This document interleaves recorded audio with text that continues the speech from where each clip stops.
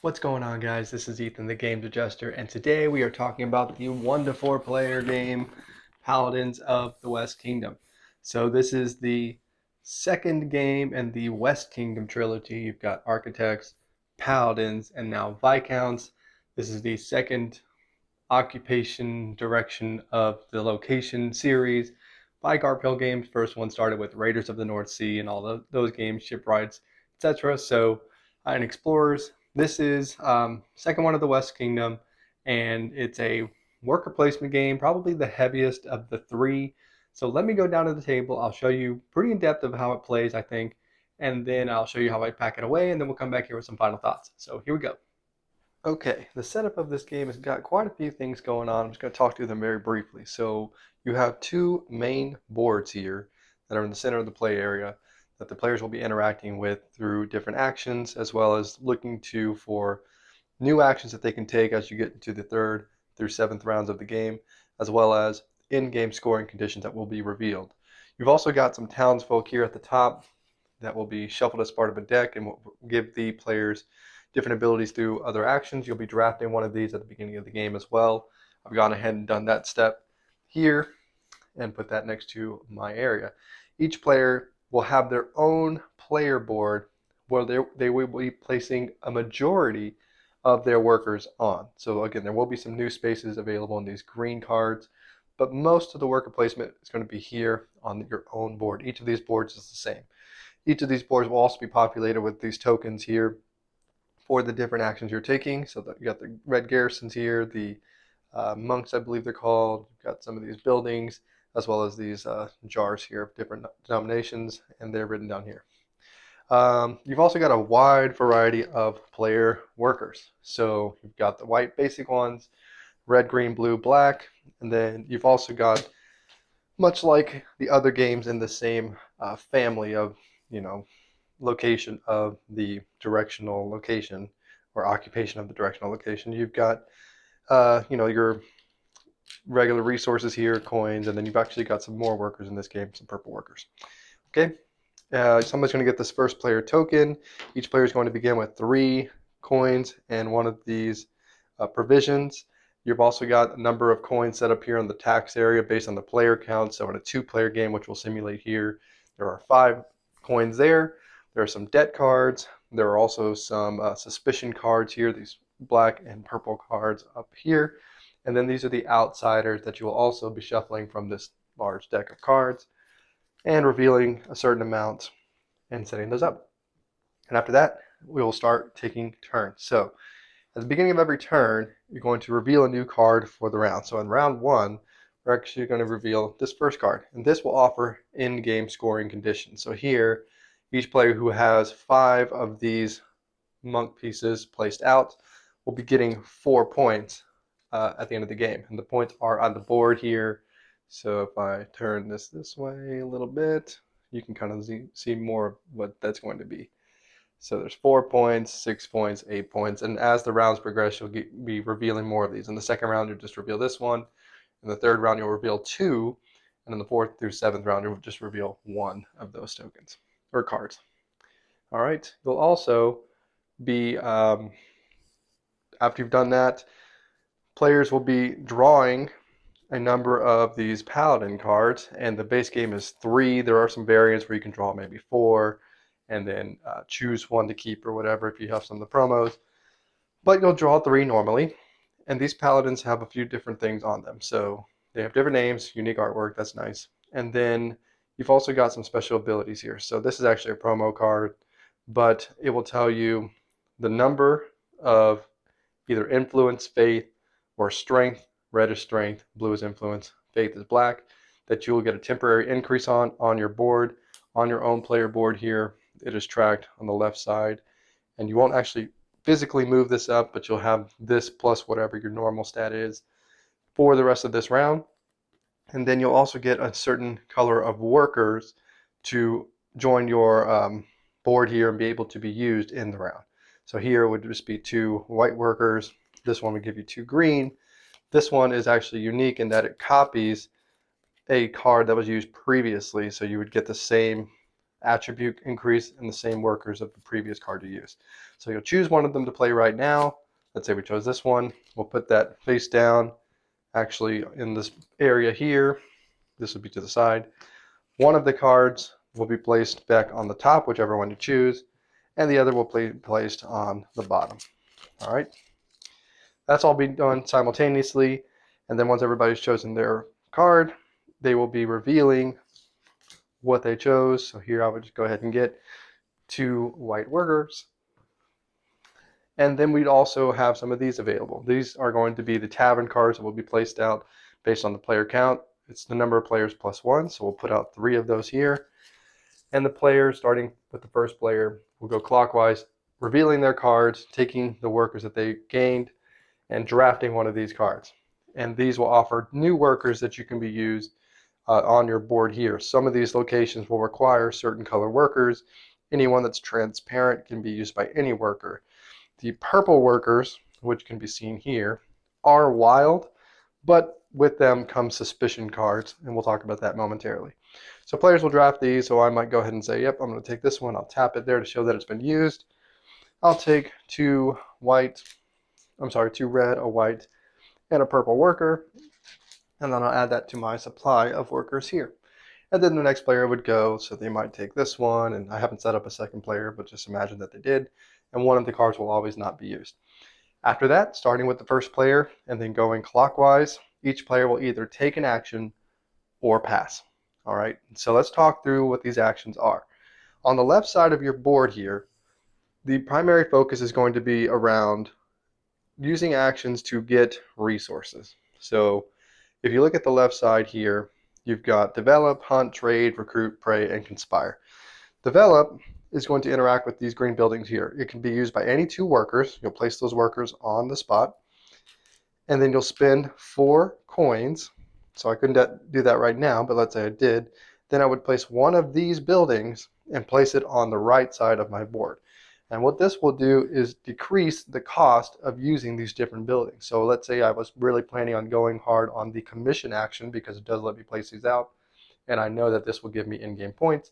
I might go ahead and cover that up. So now instead of costing a green, a random, or wild, and then a black worker, I would only need any worker and a black worker to take this action. All right, and then the next player would go. So let's just walk through these actions. So that was develop. Hunt here, you can either spend 1 of any color worker to get 1 provision from the supply, or 2 at the same time, one of them being green. So I could not do that now, but I might use my wild, and then I would get 3 provisions. Also here, trade, very similar, 1 for 1 coin, 1 and a blue for 3 coins.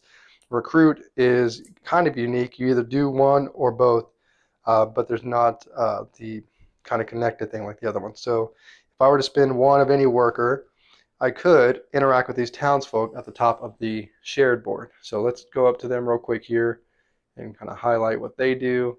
So these townsfolk have a few different things on them. Some of the cards will have instant things that are gained, like this one here. It's got this lightning bolt here.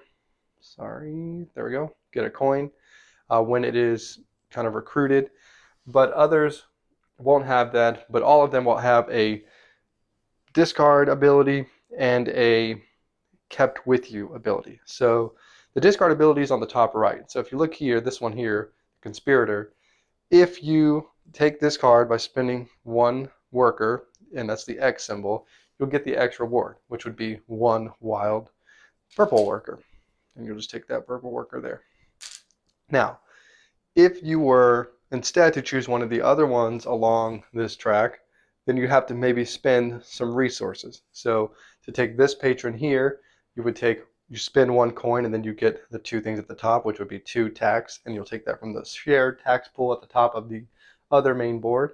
The next one would just get you 2 white workers, but you'd have to spend 2 coins to do that. Further down, you can either spend 2 coins or take a debt to get those particular cards. For example, the peddler will let you get rid of 2 suspicion cards, and then the squire will get you a purple worker. Now that's if you just spend 1 worker. If you spent 1 worker and the red worker, or wild, anytime there's a color requirement, you can use the purple ones, then you can gain the worker in your supply. So you still have to pay the cost at the bottom, depending on which one you choose, but you'll get this ongoing ability that will activate. So for example, the Conspirator here says anytime the Inquisition happens, you can get rid of one of your suspicion cards before you check majority. Here you can, anytime you get rid of your workers or clear one of your worker spaces off, like a prey action, you get a coin. If you do a prey, you get another worker. If you do Inquisition, you have 2 or more suspicion cards, you get 2 coins. In the Inquisition, if you have 0 suspicion cards, you gain a strength. So you're looking to balance, do I want the immediate benefit, or do I want a kind of an engine building, a long-term benefit with that recruit action? All right, so that's kind of how that works. Let's go back to our player board here. So let's see, what else do we got? Talked about recruit. Talked about all the prey, pretty simple. You'll spend 2 coins. You'll need a black worker or wild. And just assume anytime I say color, you can use wild. To prey. And basically prey just cleans off one of your actions on your board, and then it's clear again for someone else, for you to use later. Sorry, your own board can only be interacted by yourself. All right, so those are the main ones on the left. And keep in mind, your actual Paladin here will give you an ongoing ability as well. So laborers, which are normally the white ones, can be used as any worker type. This is also a promo card as indicated by the star here, but this will make your actions wild. Some of these other Paladins here, like this one, hunting gains 2 additional provisions, so I may really want to focus on the hunting there. Attacking earns 2 silver, which is one of the actions over here. Praying costs no silver. That could be really good. So you want to kind of combo what you're going for with the Paladin that you have available now, and you can plan long term because you've seen 3 of them. You know, one of them you've thrown on the bottom, one of them you put back on the top. So maybe next turn, if the hunting guy was next, I might wait to hunt till I get him, so that way I get more bang for my buck. All right, so enough about tactic strategy. Let's just talk more about the game mechanisms, and we'll talk about those later. So these main actions are how you're going to mainly be scoring points, and this is how you'll be moving up your track on the left side, and then again gaining in-game points. So the commission action will cost those colored workers a certain requirement, and basically you'll be paying provisions equal to what you can see at the top here. So this last 2 are 3 provisions, 2 provisions, first 3 are 1 provision. And then you can take this worker here, or this monk, and put it on the shared main board up top. The garrison action is very similar. So this shared main board has a wide variety of icons that you can interact with. So, for example, if I had 0 faith, I could go here, because that's a 0 faith, and I could take either one of these 2 actions. This one would immediately gain me 2 coins. This one here, I could gain one of the cards there without having to pay the money, which can be very cool too. Now, had I had more faith, let's say I had 5 faith between my Paladins, temporary bonus, and the stats that I'd already gained, then I would also be able to go to any one of these spots here that is less 5 or less. So I could have maybe gone to here and gotten a green worker. Now, you cannot go to the places that are occupied, nor can you go to places that aren't allowed in your player count. So in a 2-player game, most of these, or all these bottom ones here, would not be available. They would just be blocked off. But in a 3 or 4-player game, you will have those available as well, which kind of tightens up the board a little bit on a smaller player count. The garrison action works very similar, except for instead of using these, you're instead going to move the red buildings and do the same thing, but you're looking at the red number now. So 1, 3, 5, 7, 9, or 11. All right. Let's see, what else? And both of those actions will gain you certain things. So going back to our player boards here, if you look at these actions, it kind of tells you what you need to do it and what you gain. So this one here, I want to have good faith to be able to do more of these actions here. But each time I do, you'll notice I gain 1 influence. Same thing with the garrison here. Each time I do the garrison action, I need to have pretty good attack to be able to place further along the main board. But each time I do it, I do see I will gain 1 faith. And so these all kind of work together in a little system that's going to be important for you to maintain your, I guess, proficiency in these different attributes, because that's going to be how you generate your engine and generate more points. All right, so moving on. Fortify is actually going to interact with the top section of our board here. So if you look at the board, you've got kind of this area up top, and this area can be occupied by some of those wall cards that you'll see at the very top middle. So if you spend the workers, then you can take a wall card. And you'll have to spend provisions on your board as indicated here, 1 for all these, 2, then 3 on the last ones. And this will always give you a strength and then maybe a bonus. This one gets you a strength and a blue worker, and you'll put that here.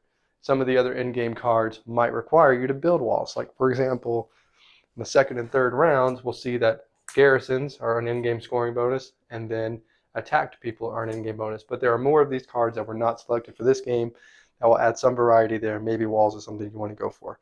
All right, and so you'll spend your provisions, and then you'll be able to move that there. And you do have to have a certain requirement of influence to be able to place here. So right now my influence is 0. I could do that, but to place here, I need to have at least 1 influence. All right, absolve, very similar. You will spend, instead of provisions like the first 3 we talked about, you'll be spending coins.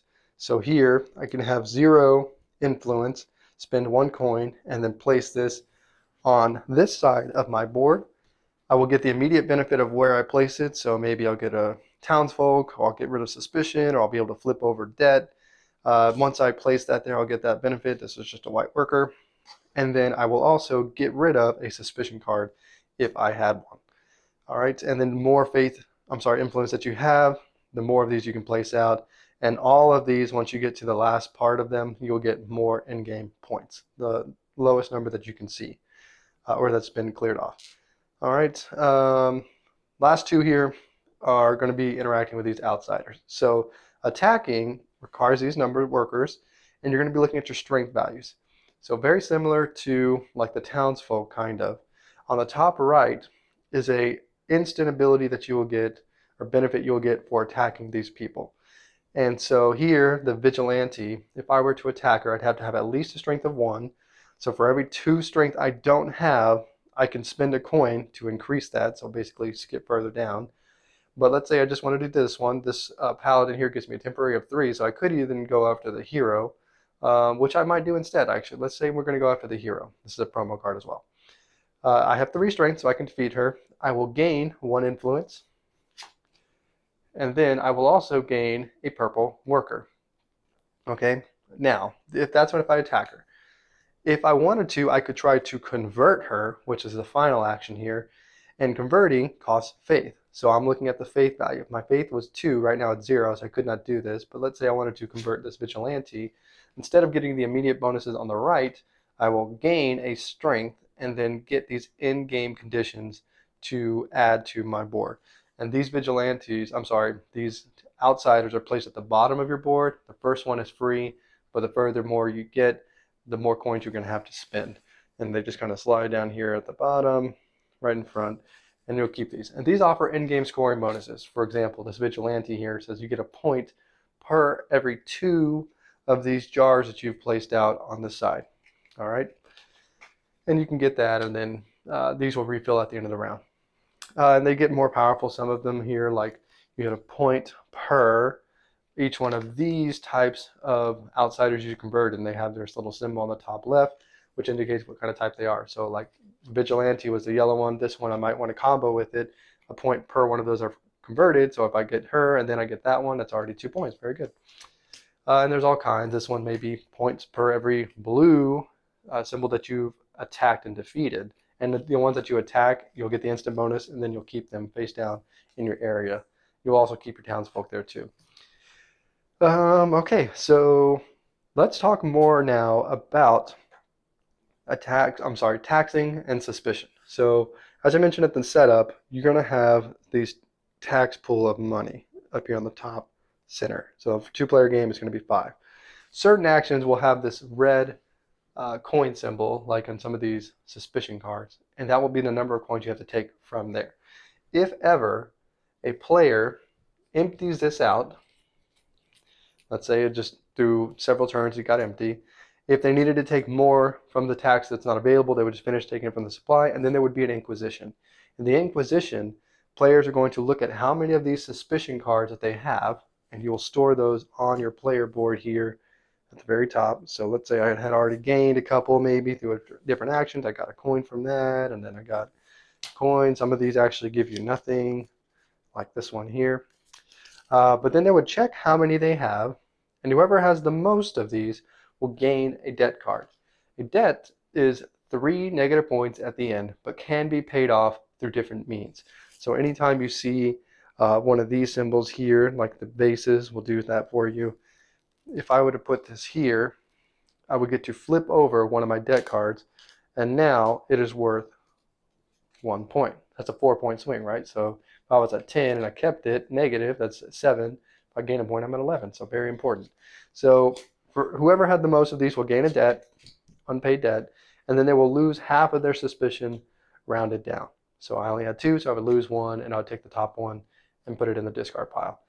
Anytime you gain a purple worker through whatever means, you will always need to gain one of those suspicion cards, which can be good because it does increase the amount of coins you get, but can be bad because you're going to get more and more of these debt cards.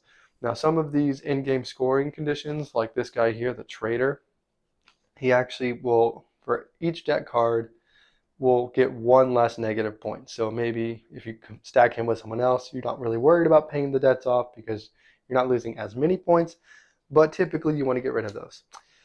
All right, so players will keep taking turns. If you ever decide that you don't want to take any more actions or you can't take any more actions, you can pass. Once you pass, you are out of the round. Players will keep continuing taking those turns. At the end of the round, you can only carry over 3 workers. So if you have more than 3, you'll discard anything above that, keep whatever combination you want, and you can carry over 3 into the next round. There'll be some cleanup. Some of the cards that weren't taken will be removed, like the far left outsider here, and then the far right townsfolk person there, they'll be removed. If they were not taken, everything would slide down or slide to the right. If we refill it, and then you would begin the next turn. Some of these spaces here will be available later in the game. This one says any worker can go there, and you do a prayer action. This one here says a green worker can go here. You can spend 3 coins to either take a card or take its top benefit, like here, purple worker, or here, put that in your tableau and get that. All right, and again, these will be made more available as the game progresses round after round. After 7 rounds, you will count in-game scoring. The in-game scoring is going to be based on your progress on these different tracks. So here, the higher you get on these different tracks, the more points you can see. At the top at 12, you'll get 20 points. If you reveal the last of these, you'll get 6, or how far you get here, maybe 5 or 9 or 2 or 2, 5, 9, same thing, 1 through 6. You'll get the points for your in-game outsiders you recruited. Here, 1 point for every blue one I've defeated. You'll get points for the king's cards here that you have completed, so the monks, whatever else is up there. And then you might get some points for provisions and coins left over, I forget. But after that, the most points is going to be the winner. Let's talk briefly about how to store this game away. We'll get more into this later, but man, this is a small box for such a lot of components. And Garphill Game is kind of notorious for this at this point, but it somehow fits. So let's talk about it. First thing I do is put all the player boards in here. And by the way, this player board does have a solo mode on the backs of all of them that you can play. I haven't tried the solo mode. It kind of looks to be a lot involved. Let me know in the comments below if that's not the case. But yeah, put all the main boards, each player board in there. These other 2 main boards that are shared amongst the players are folded in half, placed on top. I like to bag all my stuff, of course, and label them. I usually have the outsiders and townsfolk together.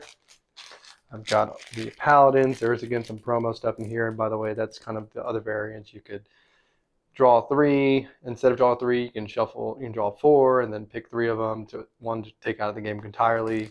That's pretty cool. Put all those there. I've got all of the small cards because they have to be separated anyways. Go ahead and put those in as well. And then we've got the solo items. There's just a solo deck of cards and this little token here. Put that in.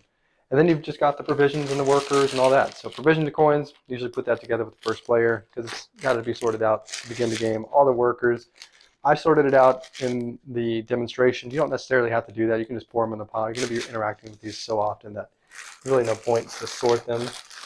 And then all the player pieces I have together. If you're playing with 2 players, this is the only thing you need to worry about. You don't need to take these out. So you can put those in as well. And then finally, the rules. And you could have put the rules on top of the boards, but I like to put them on top in case there's something I want to look up real quick, or sometimes I think like, do I want to play the solo mode of this game or not? I'll pull the rules out real quick without having to dig everything else out. So there you go. We'll put the lid back on top, and that is how you store it. Okay, there you go. So let's talk about it. We'll start with the theme. The theme is okay. Most of these games, the Raiders and the Architects, etc., I don't feel that they're that thematic. So attacking is just having strength and you take the card. There's no combat or anything, which it's a Euro game, right? So it's not meant to have a lot of dice chucking, things like that. So it's fine. It's just, even Raiders. Raiders was you're getting workers and you're placing workers out and you have to get certain kinds of workers and provisions and things like that and a team strong enough to go and take down these different areas.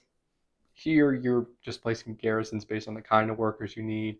You're taking out outsiders, etc. So there is some theme there in what you're doing, but I wouldn't say it's overly thematic. It's okay. The production is really good though, outside of the size of the box. So as I showed you there in the storage section, there's a lot of components in this game. And they're nice components. There's great cards, good linen finish. They don't have any borders. They go all the way to the edge with the artwork. That's really cool. They're kind of thin, but they're fine. They shuffle well. The workers are not like regular meeples. They have this unique kind of shape to them. Not super unique, but it's not your traditional stuff. Multicolors are cool. The boards are really nice quality. They have a nice finish on them. They feel good. The coins and the provisions are fine. I know there's meta coins in some of the other games. There probably is meta coin upgrades in this one. The only upgrade I have is like those Kickstarter Paladin promos, but everything is good. The only thing I don't like is the size of the box. It's kind of a pain to get everything back in there. And I know they're coming out with an expansion for this one. It's not going to fit in here, so you're going to have to keep both boxes, or maybe they have a new storage solution coming up that I don't know. But yeah, I wish they would just make these a little bigger. I get maybe it saves cost, but for me, and it's also a weird shaped box for your shelf. So if you have like a traditional Kallax shelf, that's kind of the standard. This fits on there, of course, it's small, but it just doesn't look good. But like I like to keep them based on similar game type, and this is just like the oddball and a bunch of other worker placement games of the same weight. So that's a me thing, but I think it's probably a you thing too. If you are into the hobby and you kind of like having your games a certain way and fitting everything nicely, this one is kind of tight and it's a weird shaped box. So there's that. Rules wise, it's very wordy, but it's good. On the back of the rule book, like the last page, there's a bunch of reference icons. There's also some descriptions of how the different outsiders and the townspeople work. The game uses a lot of symbology that's already present in the other games like Raiders and Architects, etc. So if you're familiar with those games, seeing the iconography here is going to make a lot of sense. It's not that much different. The main change is just how you go about doing the different things, recruiting people, getting money, etc., things like that. It's a little different here, of course. The main mechanism being this personal worker placement board and a few shared worker placement sections that you'll have available. But yeah, I think it's a pretty easy rule set there. Now, I did read through some of the solo rules. Kind of seemed like a lot of checking and maybe a lot of administration, but I don't want to fully speak on that. I didn't play it. So again, like I mentioned earlier, if you have played it, let me know how that goes. But that would be maybe the only thing I think could be a little wordy. It would have been maybe nice to have some rules reference aids. There's not any in the game. I am a big proponent of that. But again, if you are familiar with the series, it's not that hard to just kind of recall some of that encyclopedic knowledge you kind of have about the system. And then even if you're not coming from one of the other games, if you're new, it's still, if you play through it once, we'll reference back those symbols a few times throughout the game. By the end of the game, you're going to know what everything is. So there you go. Gameplay wise, yeah, it's smooth. It's cool. There's not a lot of games where you have your own worker placement spots. So I really like that mechanism. It's kind of like trying to find one more turn each round to get the most out of your game. You're trying to think, okay, I'm gonna go here, and then I'm gonna use this little monk guy to get me another worker, and then I'll combine him with this guy here, and I'll do a prayer, and then I'll clear off this spot again, and then I'll go up again and get another card, and maybe that'll give me more workers.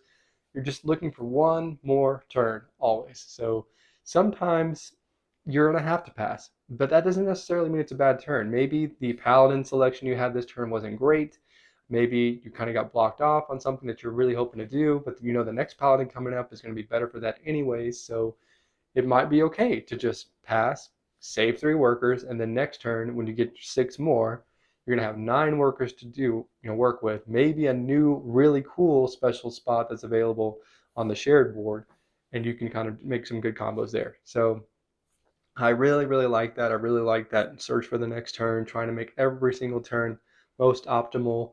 And the variants, I actually like drawing the 4. I think it gives you a little less luck factor because that can happen. If all your good cards or, let's say the scoring opportunities are things that you don't have the paladins for, like attacking, you can attack with paying up without money or whatever, or extra strength for attacking, and attacking one of the scoring ones. But your attack paladins at the very bottom of your deck kind of stinks. Whereas if you draw 4 and you get rid of 1 and the discard, etc., you can kind of cycle through the deck more. Now you do need the promo paladins for that. I don't know how many boxes that came in. I bought this at like my friendly local game store, not on Kickstarter, and it came with it. So I don't know if that's just something that came out of that anyways. I don't know what the difference is between this and the Kickstarter version, but that's kind of a cool variant to try out. And again, it kind of lets you build your own strategy the way you want to, as instead of kind of being pigeonholed into what paladin cards are available, even though you do get 3 of them. So you should be able to find something good to do each turn with the amount of options you get. Also, I do like that you have to think about long-term systems working together. So if I build up my faith, that's going to help me do this specific action over here. But then, that also builds up my influence, and then I can work on that. And now that my influence is up, I can work on the strength. So they all kind of work together, which is really cool if you like that stuff. Now, if you don't like the obvious, like I go here, I gain this, then you may not like that. I have to go here. I have to have this. How do I get influence? Okay, well, one of the ways is I can go commission. Well, how do I commission? Well, I have to have faith. Well, how do I get faith? Well, I have to go do this. So that is really, I like that. But if you're not a heavier gamer, you may not like that. Like an Architects of the West Kingdom is, I think, substantially lighter than this game, and it's kind of obvious like that. How do I get what I want? I just go here and get it. This game, to get what you want, you're going to have to work at it a different way, which is good for me, may not be good for some. As far as the time goes, it's a little long. So I think it's kind of best with 2 players, honestly. I played it at 4 player one time. I really didn't like it that much. There was some simultaneous play going on with Paladin selection, but the worker placement stuff you really can't do simultaneously because people will take different spots on the mutual shared boards. Even when the royal cards come up, there's more spots that they may need to take. You really can't change the time. And because each of you could be taking upwards of like 9 or 10 actions each round, it can really drag on, even though it's only 7 rounds. So maybe it's like 1 round too much. I don't know. I didn't, play test it or design it. I'm sure there's balancing there, but yeah, it can really kind of drag on. I think a 4 player game took us like maybe 2.5 hours, and I don't think we're terribly slow players. Whereas 2 players, you can still take like an hour and a half. So be aware of that. Then the setup is a little bit too. There's a lot of decks to shuffle, a lot of cards to put out, a lot of pieces to set on your own board.